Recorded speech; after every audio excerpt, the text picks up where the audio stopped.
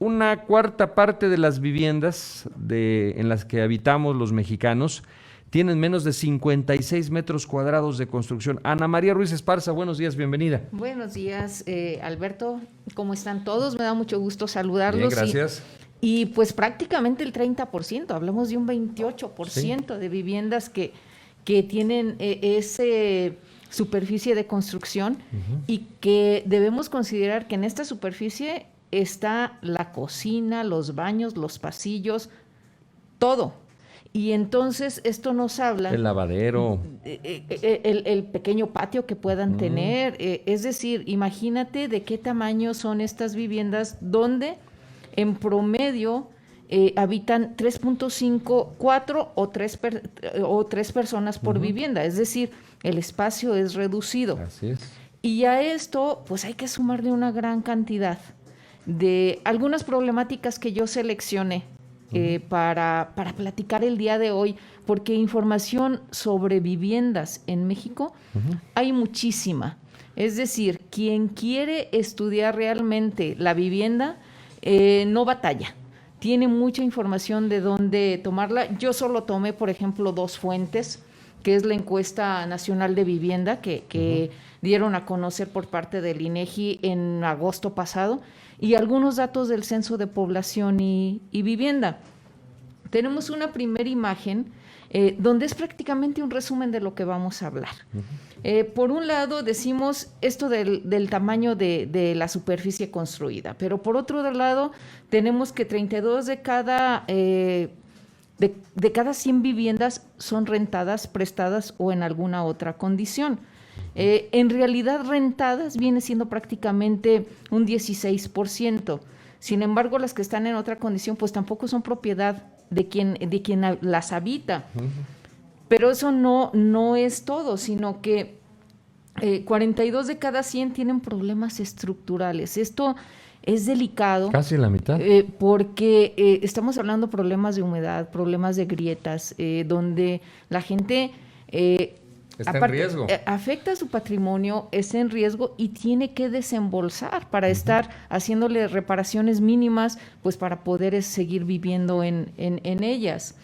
25% no tienen agua entubada dentro de la vivienda, es decir, todavía tienen que salir a cargar su agua de la parte de afuera y llevarla hacia dentro de la vivienda.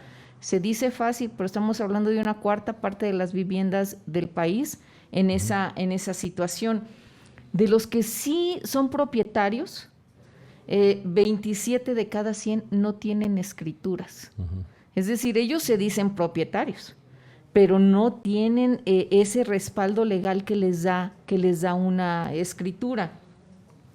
Y hay 2 datos muy interesantes. Yo creo que cada uno de estos datos se está refiriendo a 35 millones de viviendas que hay en todo el país. Pero cada uno de estos datos bien podría convertirse en una política pública, Beto. A mí me gusta decirles esto porque para mí es decirle a la autoridad, hay mucha información para poder diseñar proyectos, programas, políticas. Y, por ejemplo, ahorita escuchaba yo el asunto de la problemática del gas LP. En el país, en promedio, y en promedio con precios de Aguascalientes, el gas LP se incrementó de septiembre del año pasado a este año un 40%. Más de lo que decía la persona. Pasó prácticamente de 9.3 el litro, 9 pesos.3 que costaba el litro, a 13 pesos que cuesta más en promedio, estamos hablando en promedio, a finales de septiembre de este año. Entonces, imagínate la problemática que ya tienen las propias viviendas. Y ahora lo que tienen que gastar para mantener sus viviendas. Todas las viviendas pues funcionan con gas. Necesitan la energía para cocinar, para el boiler.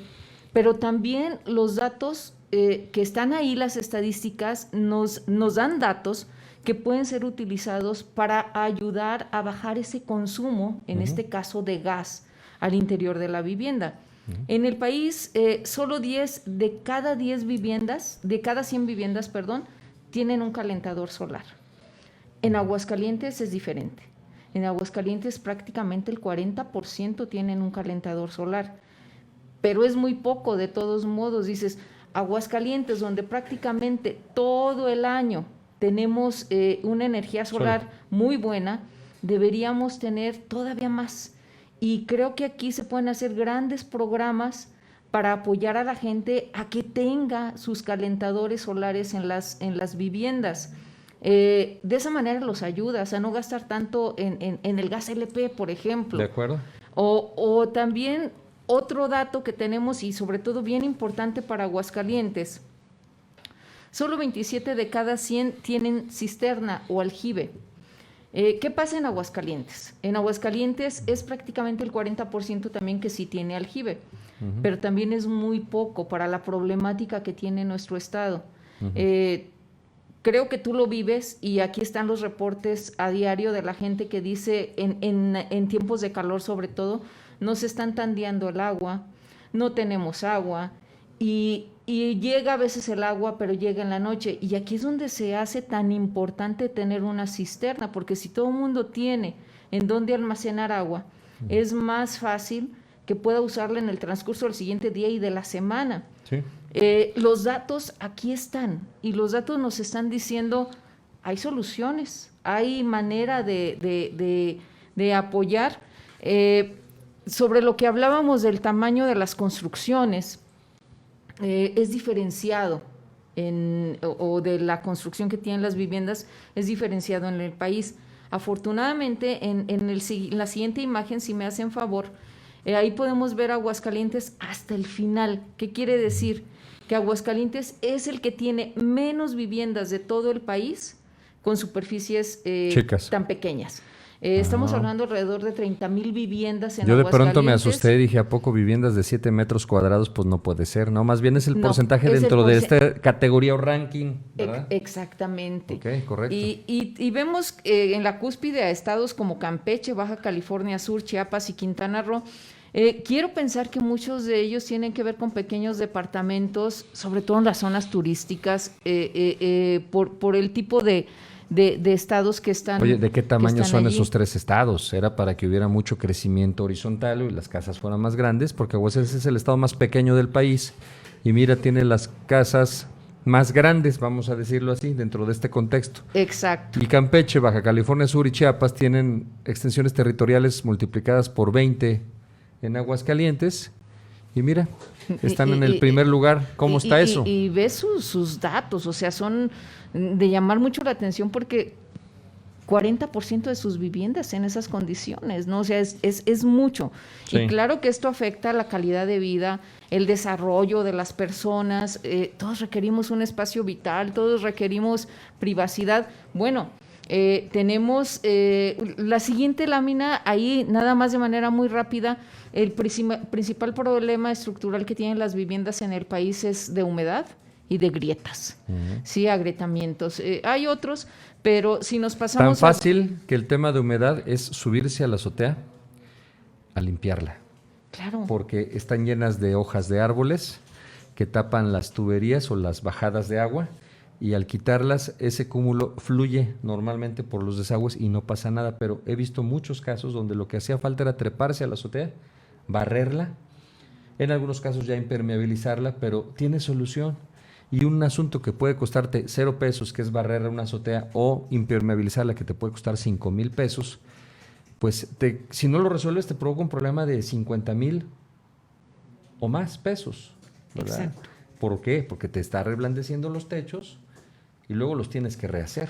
Y eso te puede costar 50,000 o 100,000 o 200,000. Entonces, como todo es un tema preventivo y cultural también, Ana María. Claro, claro. Y fíjate cómo los programas luego que se echan a andar, que tienen que ver con viviendas, regularmente tienen que ver con construcción. Te ayudo para construir un cuarto, te ayudo para que pongas el firme. Cuando en realidad, o sea, dices, sí, es mantenimiento. Sí, es mantenimiento. Te ayudo para que pongas impermeabilizante en el techo de tu casa. Exactamente. No hay un programa de eso. Al menos no lo visualizo yo todavía. No. Bien. Y para eso son los datos, ¿no? Es muy importante. Si nos vamos prácticamente a la última lámina, a la última. El COVID también hizo sus estragos en el caso de las viviendas, y en el 2020 el 26% de las viviendas o los moradores de esas viviendas identificaron que tenían que hacer algunos arreglos, algunas modificaciones, algunas construcciones. Y cómo no, si nos fuimos todos adentro de nuestras viviendas, y es cuando empezamos a notar que no teníamos dónde poner la computadora, que no teníamos el espacio para los niños y no teníamos el espacio para el trabajador, es decir, los estudiantes y los trabajadores nos estábamos peleando un espacio. Pero no solo eso, al momento que convivimos, estábamos acostumbrados a no estar mucho en casa, y cuando estamos en casa empezamos a observar y empezamos a ver que la vivienda ya requiere tal cosa o cual, cosa que no estábamos observando. Entonces, bueno, ahora las viviendas dicen, yo tengo esa necesidad. Claro. Y no solo eso, se dejaron de pagar rentas o se dejaron de hacer los pagos de la hipoteca de la vivienda.